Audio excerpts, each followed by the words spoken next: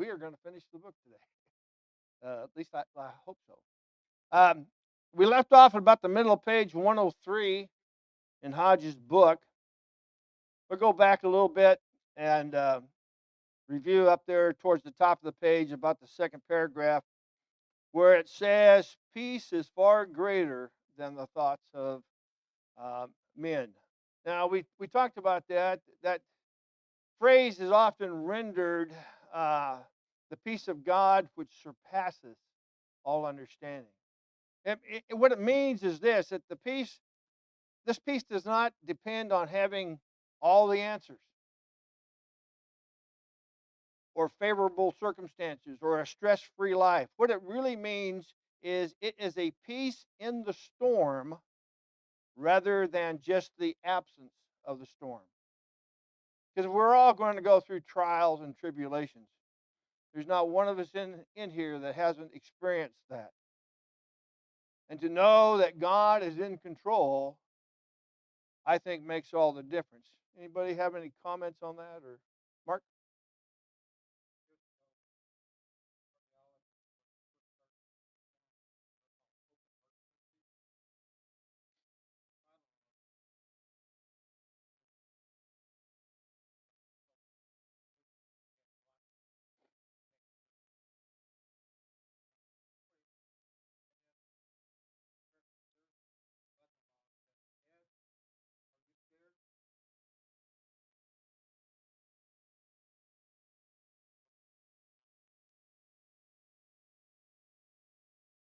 Yeah,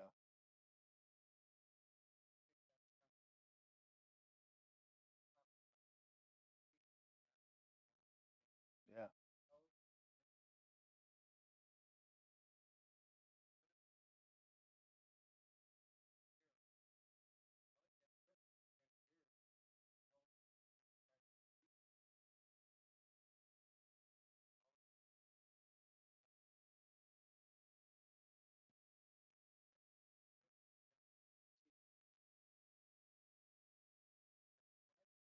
yeah.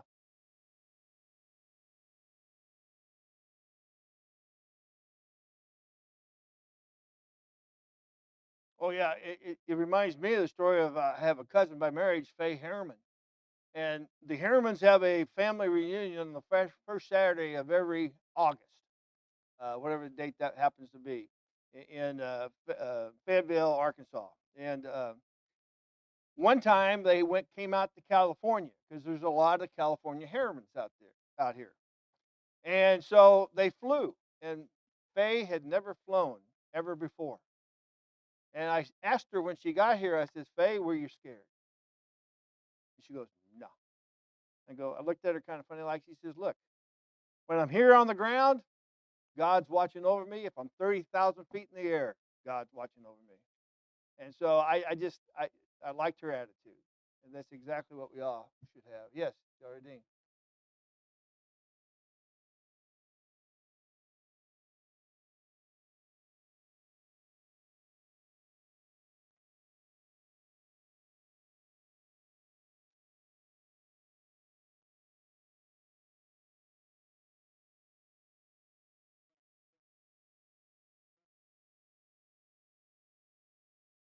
Yeah,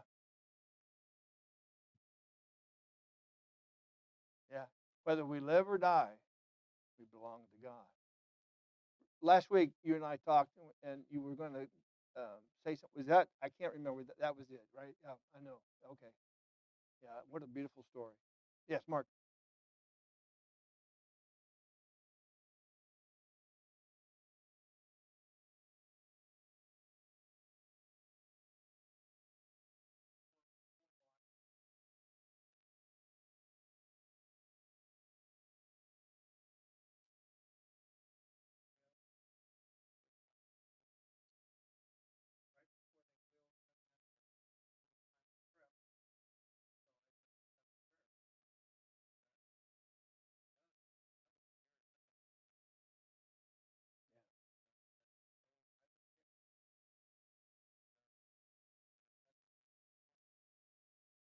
I know his brother John and Susan.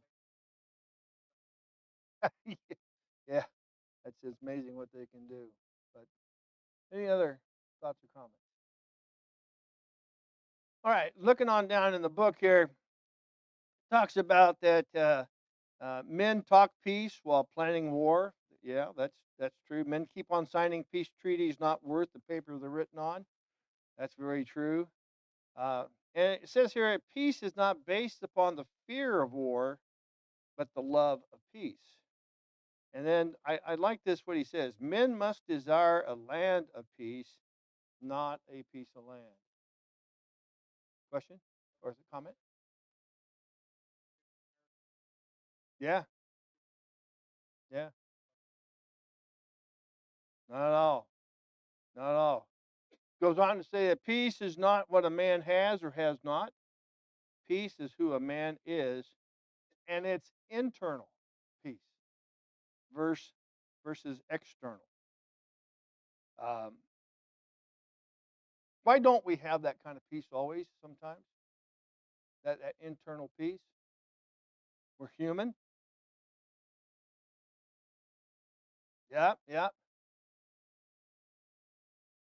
Other thoughts on? Yes, sir.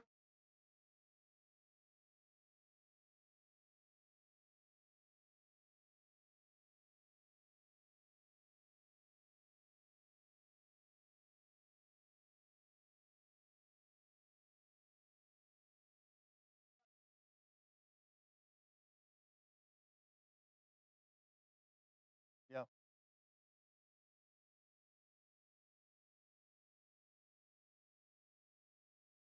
When we learn to surrender ourselves to God and let Him be in control as He is, then that peace, I think, comes about. James? Yeah.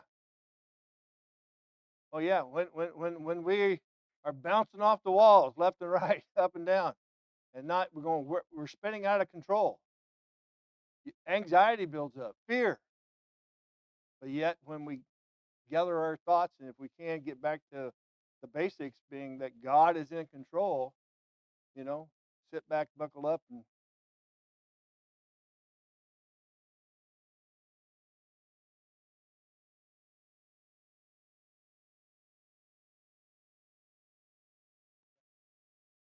yeah, yeah.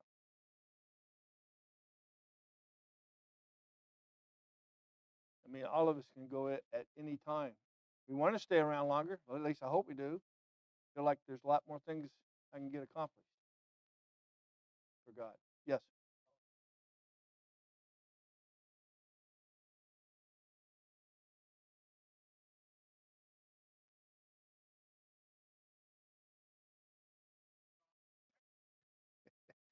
Getting old ain't for wimps, let me tell you.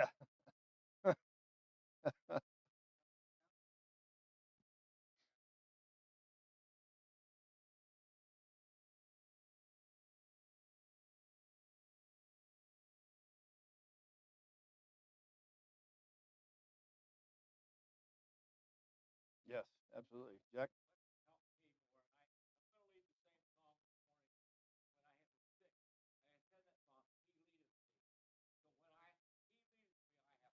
That's right. When he's the point man, so to speak, we have peace. Good point. Good thought. Others? Yes, Jordan. He started to sink.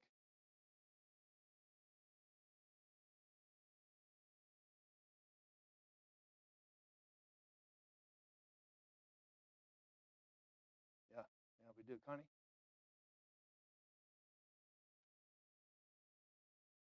Yeah, yeah. Con-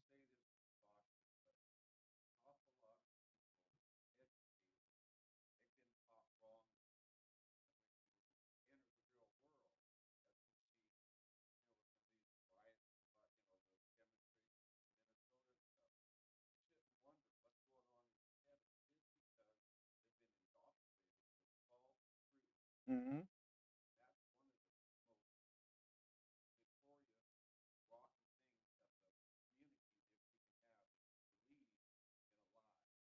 we're told to be aware of false teaching all the time. Yes.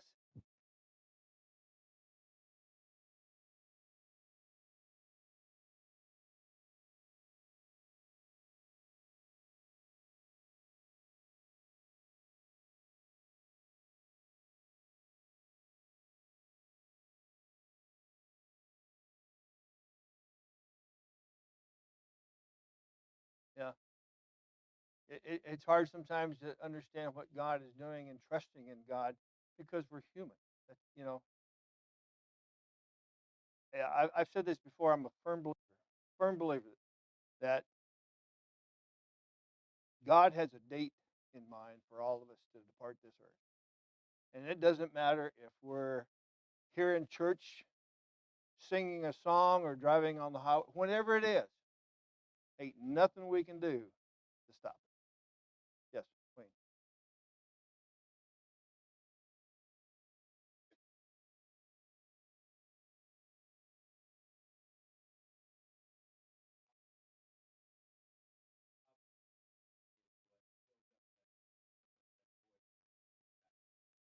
Yeah, yeah, I'm looking forward to that. Yeah, it's been going to be good. Other comments before we move on?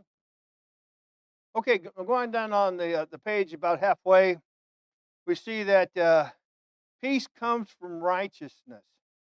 Um, and what that means is basically that internal tranquility and that harmonious relationship with God that we want to have, it's a direct uh, and it's a direct result of living a righteous life. Without that, we're not going to have that peace. Thoughts, comments on that? Yes, Brian.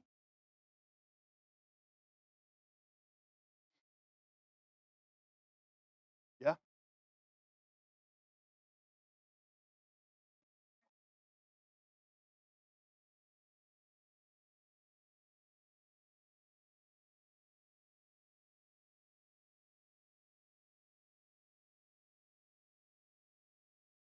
right.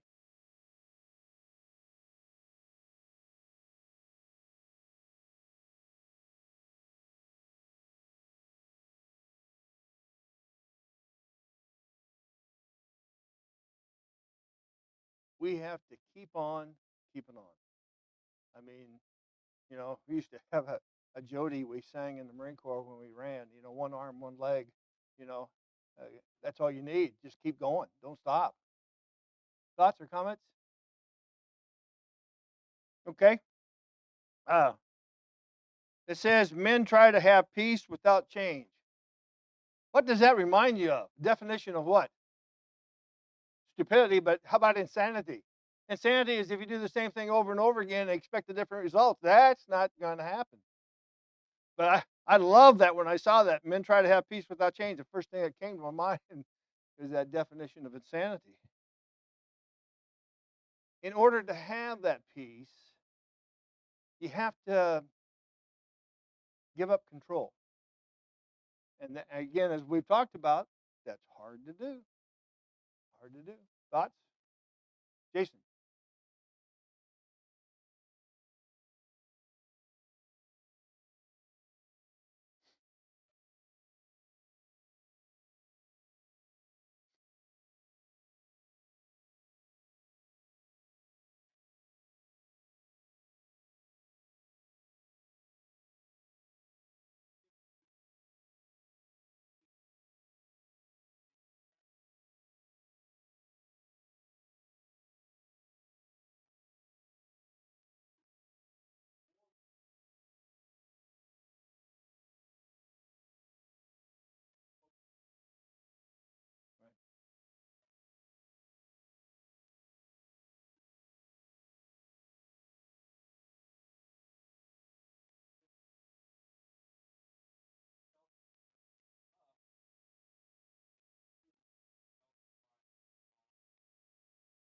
And we have to find that balance, but that balance has to uh, tilt in God's favor, if you will.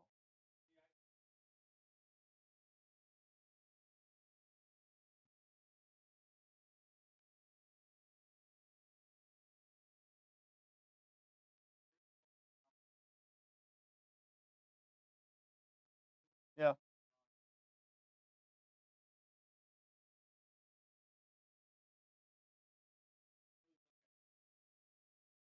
right.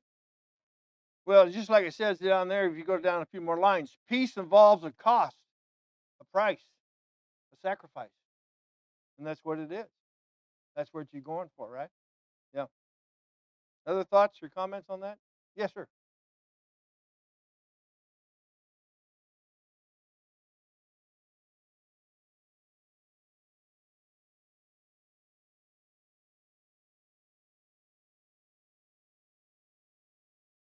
Yeah, I think that, and you're right. And if we feel that we don't have that kind of peace, then I think the first thing we do is examine ourselves, see what we are doing or not doing. Thoughts? Yes, Maria.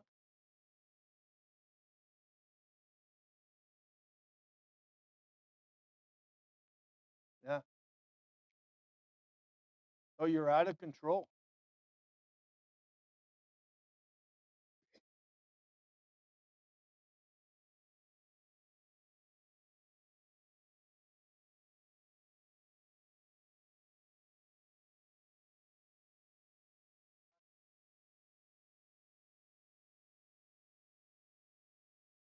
Sure.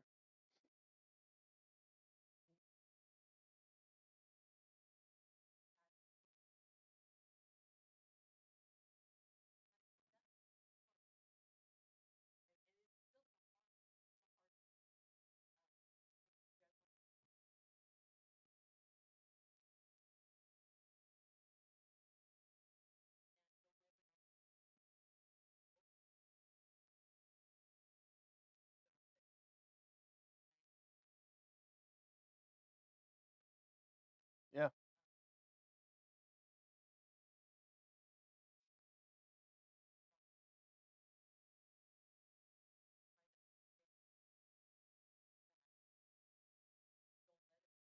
Yeah.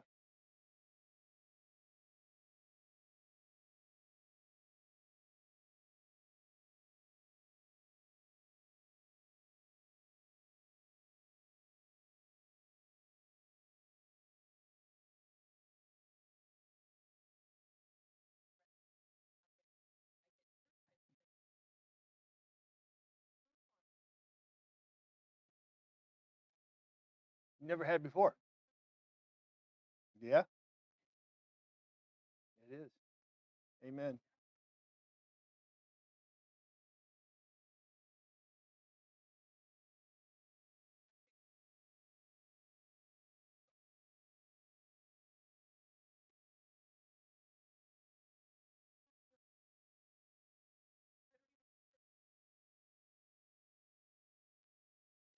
Yeah. Yeah.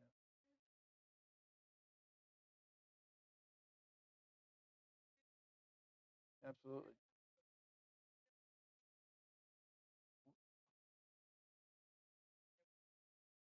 When you let go of that control, most people don't know this. I hate to fly in a plane as a passenger, or hell, I hate to be a passenger because I'm not in control. You know, amazing, 3,386 hours or so flying, and I hate to fly in a plane in the back. To me,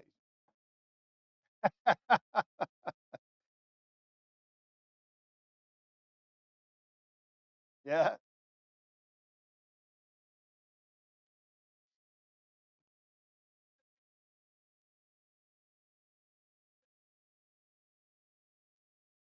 hmm,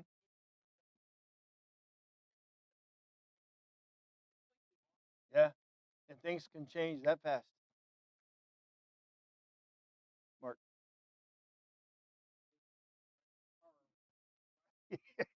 Same analogy, yeah, I get it.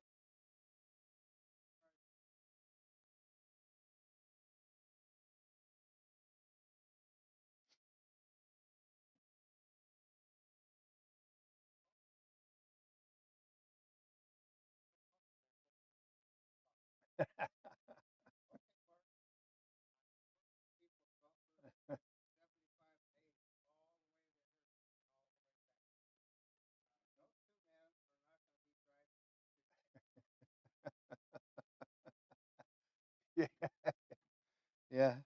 Well, I always tell Patricia that speed limit sign is for me. It's just suggested speed limit. Just kidding. Anyway, yeah, that's you know me too well. Anyway, yeah.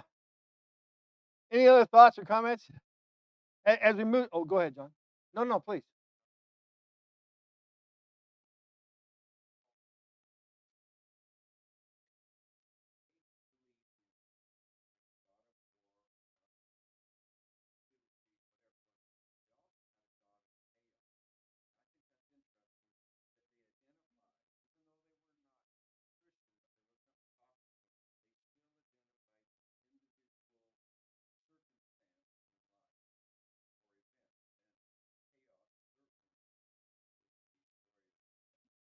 Absolutely, absolutely. Good comments. All right, as we go down to the bottom of the page, he quotes Hodge does from Isaiah 9:6 for unto us a child is born, unto us a son is given, and the government shall be upon his shoulder, and his name shall be called Wonderful, Counselor, the Mighty God, the Everlasting Father, the Prince of Peace. Amen to that. And then he quotes Paul from Ephesians 6:15 when he's talking about the armor of God and your feet shod with the preparation of the gospel of peace. What what does that mean? What do you think it means anyway? And your feet shod with the preparation.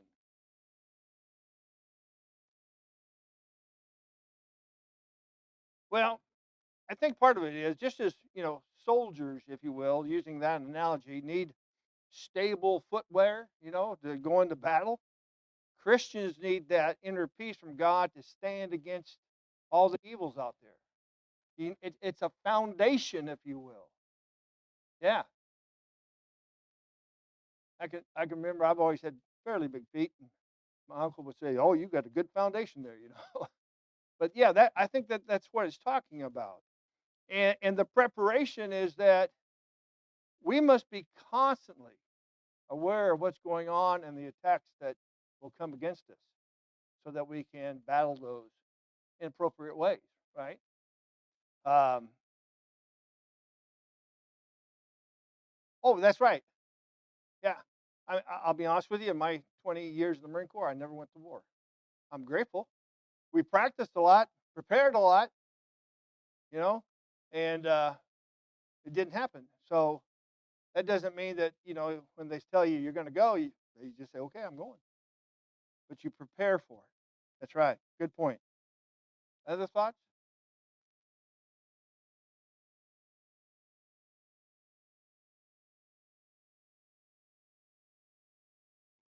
Right?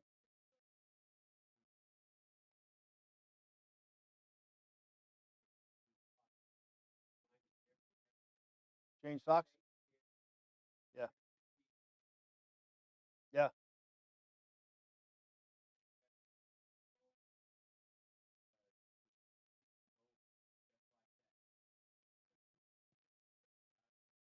Oh, if your wheels fall off, then you ain't going very far.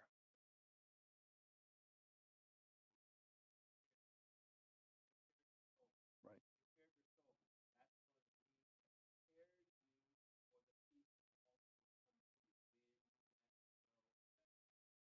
Yeah. Good point. Good point. Yes.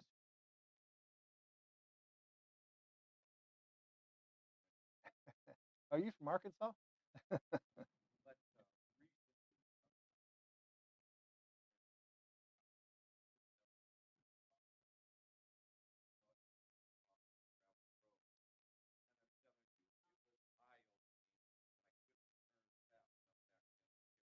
No. Yeah. Absolutely. Absolutely. Other thoughts? All right, we move on to that very last sentence. Peace is possible to the degree one grows in grace. What a great statement. It's the last verse that Peter writes in the second epistle. And it's what it means is that To grow in grace means maturing in the understanding and application of God's unmerited favor. We tried to, it's hard to, put our arms around it, but as we grow in grace, we become, I think, more in tune to what God is trying to do. Um, it's not just about receiving more grace when we say grow in grace, but living more fully within it. Within it. Other thoughts or comments on that? Okay, turning over to the last page. I tell you, we could spend probably a month and a half just on this page, these two pages alone. Yeah, Jack and I was talking about that. At the top of page 104, Jesus stands and knocks. And Hodge is quoting here the last book of the Bible, Revelation 3 and 20, where it says, Jesus says this, "Behold, I stand at the door and knock. And if any man hear my voice and opens the door, I will come into him and will sup with him and he with me." What is the door? What does that represent? Your heart. Jesus is standing there knocking at the door of our heart. He will never force his way in, right? Waiting for you to accept. Never coerce you, and but just waiting for you to say, "Come in." That's what he wants. That's what he wants.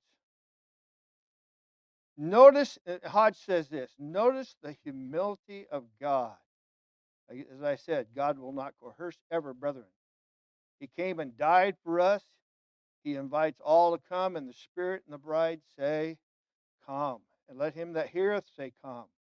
Let him that is athirst come. And whosoever will, let him take of the water of life freely. I like this where it says, all are invited, yet none are pressured. Think about that. God will always respect the free moral agency that we as humans have to make our own decisions. Well, he'll tug at our heartstrings because he wants us, but he'll wait for us to say, "Please come in." Any thoughts about that? Yes, Maria. Then Mark.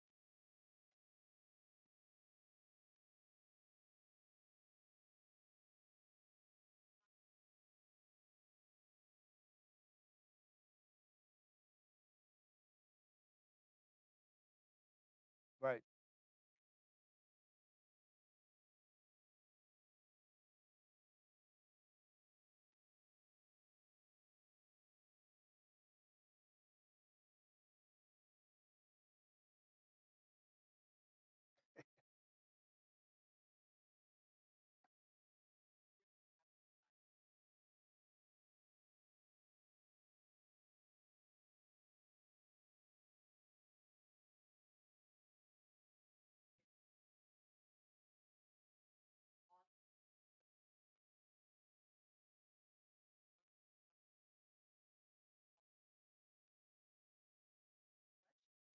Well, it's that peace we talked about that surpasses all understanding. Yeah, absolutely. Yeah,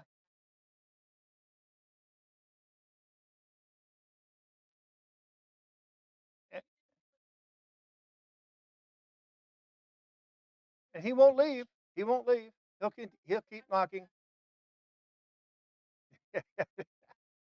Yeah, absolutely. Mark.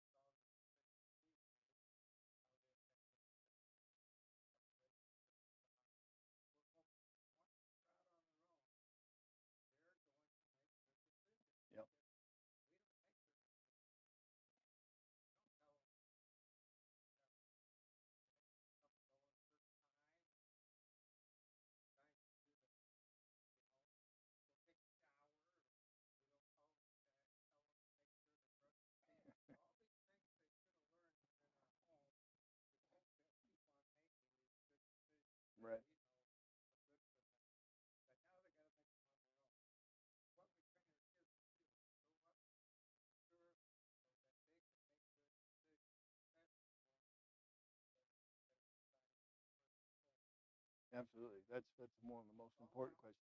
Yep. Yep. Absolutely. All right. Moving on. Any thoughts on that? Jesus stands and knocks anymore? Yeah, we sing a song and we're going to sing it later on too. I hope. Let's look at Luke is revisited. Yes. Amen, Jack.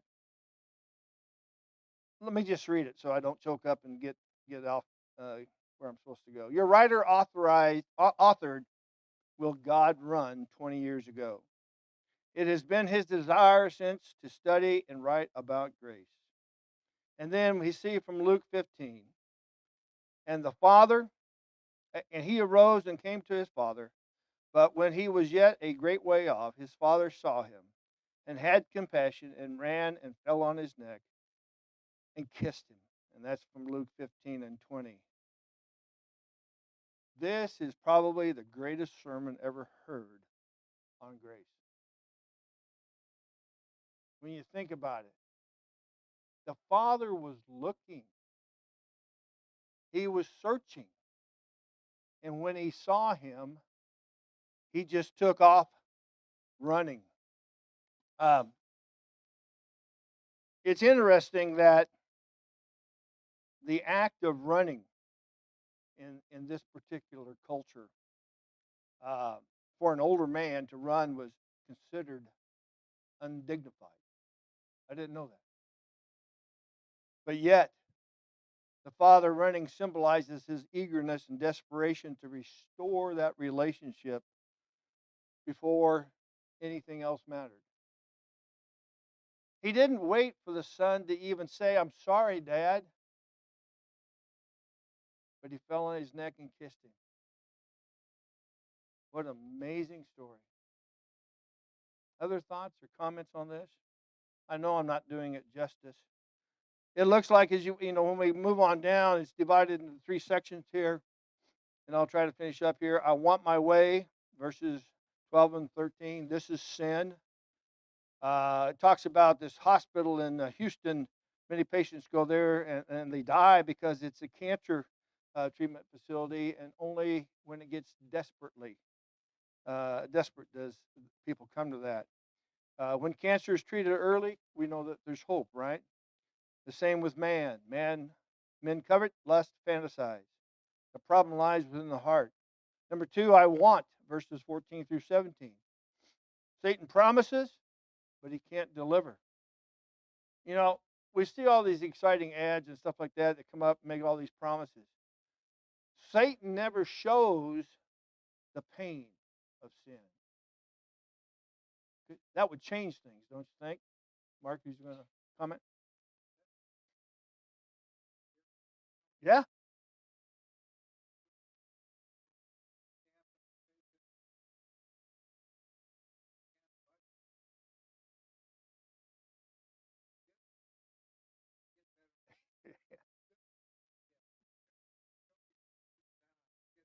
Oh, no. The broken lives, the homes, the hearts. And of course, we were told that the wages of sin is death. Yeah. And then the third part of that is I am wanted. One of the best parts of the story, the parable of the prodigal son, is when the prodigal son says, or it says, when I came to myself, I can just see the light bulb coming on. He figured it out. And sometimes that's what we have to do is figure it out. It's amazing. The father ran, fell on his neck, kissed him grace. The prodigal received grace. The elder son was enraged with grace and peace. And then we're going to finish up because my time is just about gone. I had a little bit of an issue with the surprises in judgment. Um, it says the judgment is coming. One day we will stand before the bar and high. This is true. Some suggested heaven will have three surprises. We will miss some we thought would be there. Now, if I struggle with this a little bit because if a loved one we have is not there, Wouldn't that bring sadness? And we know that there are, huh? That's exactly right. There is no tears in heaven, no sadness given. All will be glory in that day, in that land. So I don't. Mark, you had a thought? Yeah. I just don't. I know it's going to work out. Beyond doubt. Yes, that's right.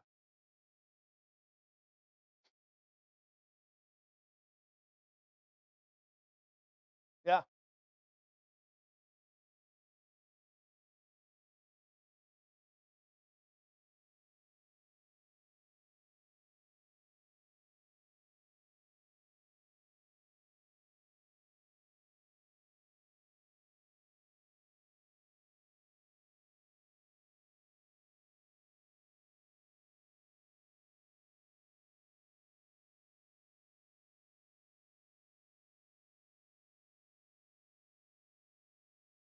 Right.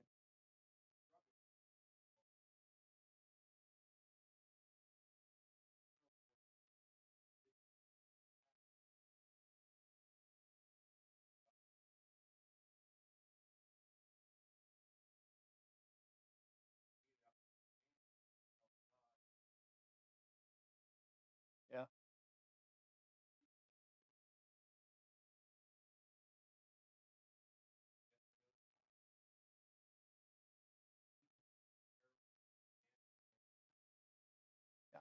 I don't know how it's going to work. I just know that there will be no sadness in heaven at all.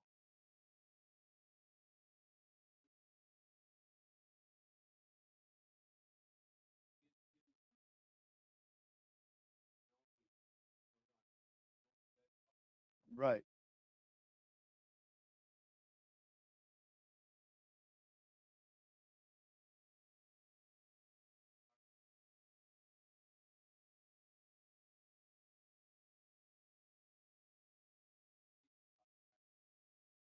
Lord will enter.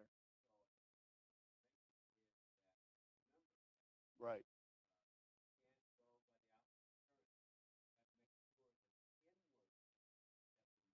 And he gave some good examples.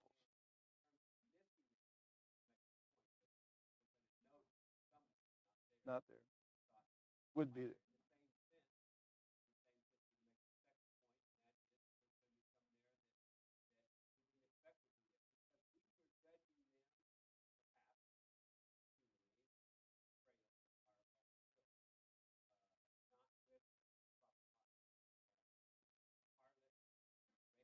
Mm-hmm. Right.